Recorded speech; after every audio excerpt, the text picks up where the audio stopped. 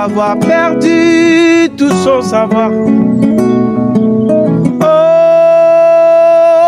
pourquoi cet homme maintenant s'est-il écarté de la voie de ses ancêtres?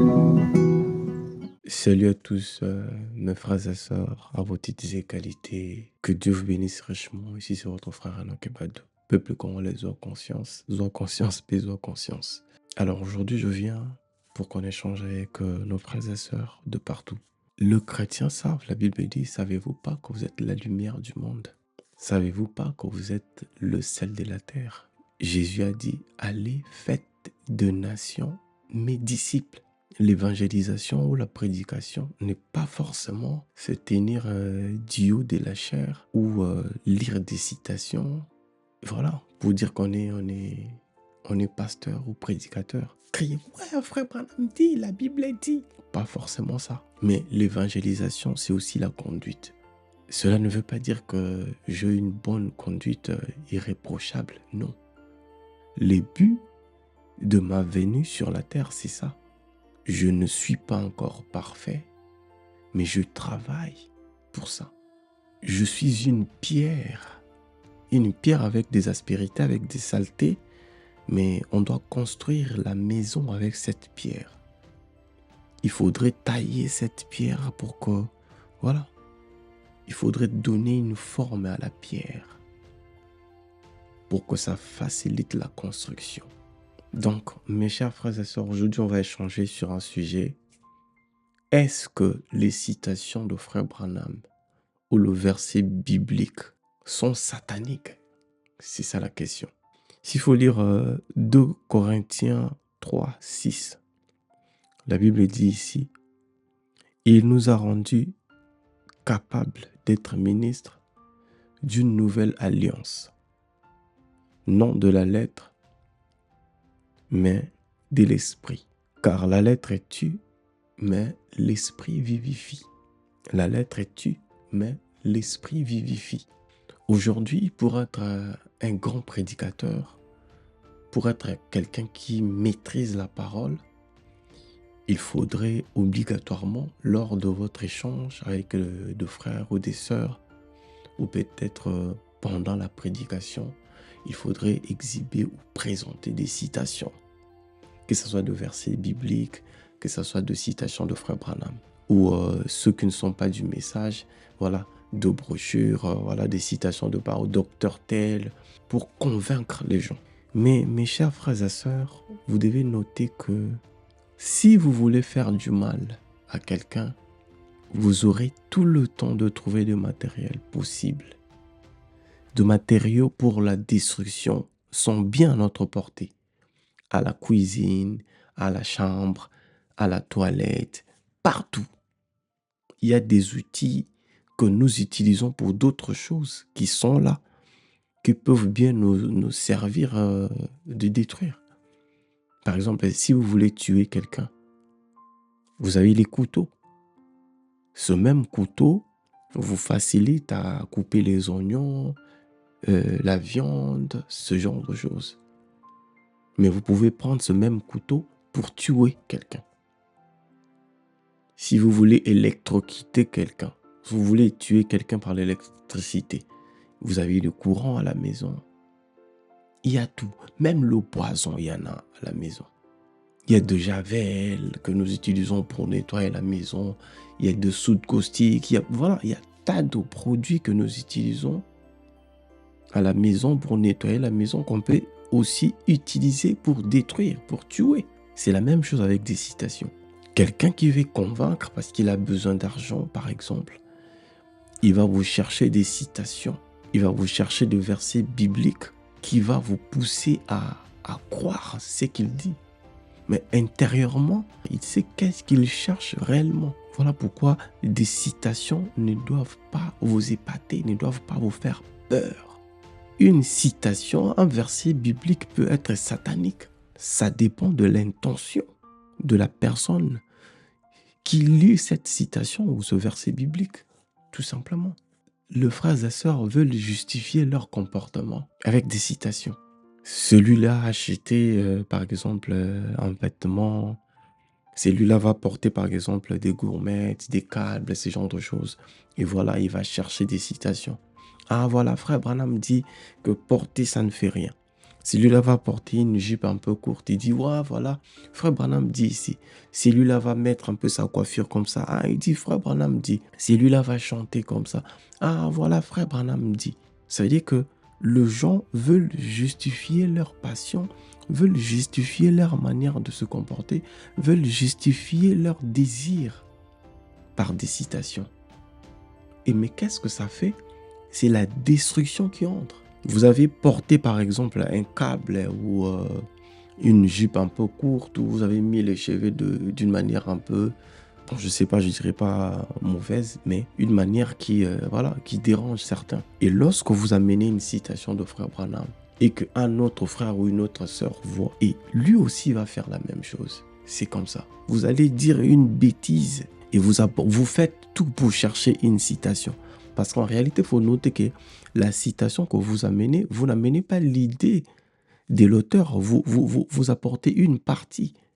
Parce que si en réalité on lisait la totalité de ce chapitre où l'auteur disait, ça ne dit pas forcément ce que vous avez brandi comme citation. Et aujourd'hui, les humains nous sommes des fainéants aujourd'hui. Nous sommes très fainéants, nous ne faisons pas de recherche. Simplement parce que on nous apporte une citation pour dire, frère Branham dit ici. Allez, automatiquement, tu acceptes. Donc, ce sont des choses que les enfants de Dieu doivent réfléchir sur ça. En parlant de ces sujets, cela ne fait pas de moi un pasteur ou un donneur de leçons. Moi aussi, j'ai mes erreurs. Mais comme la Bible dit, celui qui réfléchit sur les choses trouve le bonheur. Et voilà, c'est une occasion pour moi de me poser des questions et de réfléchir. Parce que moi, je me dis que si aujourd'hui nous avons un problème de mentalité, c'est à cause de ceux qui se présentent comme des pasteurs, comme des encadreurs, comme des enseignants. La Bible dit, la crainte de l'Éternel, c'est le commencement de la sagesse.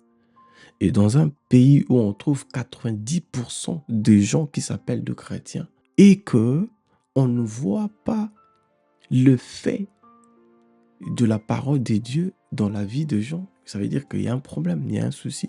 Voilà pourquoi moi je me pose des questions.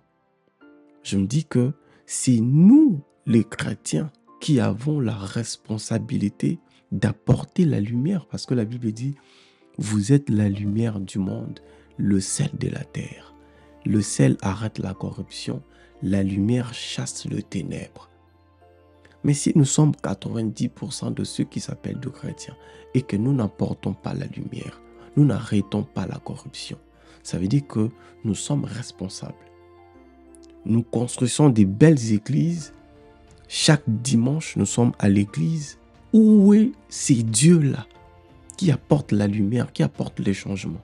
Nous avons la saleté, nous avons la guerre, nous avons des maladies, nous avons des désordres, nous avons le koulouna, tout ça sont des fléaux. Alors que vous allez trouver dans un quartier où il y a par exemple 15 églises. 15 églises, vous trouverez une église qui a 1000 membres, d'autres 500, 200, 100. Voilà, c'est très rare à Kinshasa de voir une église de 5 personnes. Des églises minimum commencent par 100 personnes. 200, 300, 400, 1000, 3000, voilà. Et qu'est-ce que nous apportons? C'est quoi les changements? Donc la parole de Dieu n'apporte rien, n'apporte pas les changements. Donc le changement, c'est aux politiciens. Alors que la Bible nous montre que le politicien venait vers les enfants de Dieu, venez vers le chrétien, venez vers ceux qui connaissent la parole de Dieu. Parce que c'est eux qui ont la vision de choses divines, ce sont eux qui maîtrisent comment craindre Dieu. Voilà, ce sont eux qui donnent des conseils. Donc, il y a un problème. Voilà pourquoi moi je me dis que est-ce que des citations que nous lisons, ce sont des citations sataniques ou c'est nous qui avons un mauvais esprit et que nous voulons transmettre ces esprits? Vous allez voir de pasteurs du message par exemple, des déclarations sur déclarations. L'autre va tenir des propos qui, selon certains, ne cadre pas avec la parole, celui-là va apporter une citation. Frère Branham l'a dit ici. Et d'autres, si par exemple quelqu'un parle et qui dit que bon, il trouve que voilà, ce n'est pas la parole de Dieu. C'est écrit où Frère Branham l'a dit. Oh. Et voilà, les autres vont chercher des citations. Et voilà, Frère Branham l'a dit ici. Ça veut dire que les gens ne sont plus libres. Alors que la parole de Dieu dit, vous connaîtrez la vérité et la vérité vous affranchira. La vérité vous rendra libre. Le Saint-Esprit en vous va vous guider comment vous conduire, comment vous comporter. Le Saint-Esprit ne va pas vous laisser comme une machine, parce qu'aujourd'hui nous sommes des machines. Pour manger, il faut telle citation. Pour voyager, il faut telle citation. Pour couper les cheveux, il faut telle citation. Pour faire ceci, voilà. C'est là où nous sommes maintenant. Nous ne sommes plus libres. Moi, je pense qu'une prédication, c'est une inspiration. C'est Dieu qui te parle pour transmettre un message. Et celui qui a l'esprit de Dieu peut facilement détecter l'esprit qui pousse leur pasteur à leur lire, par exemple, une citation ou quoi que ce soit. Cela ne veut pas dire que lire une citation pendant la prédication, que ce soit la Bible ou le brochure, est un péché. Je n'ai pas dit ça. Mais l'intention de celui qui lit la citation, c'est quoi?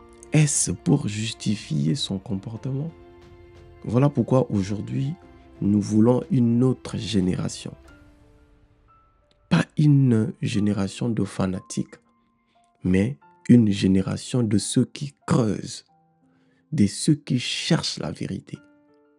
Pas une génération de aveugles, pas une génération de manipulés, non, mais une génération des éclairés.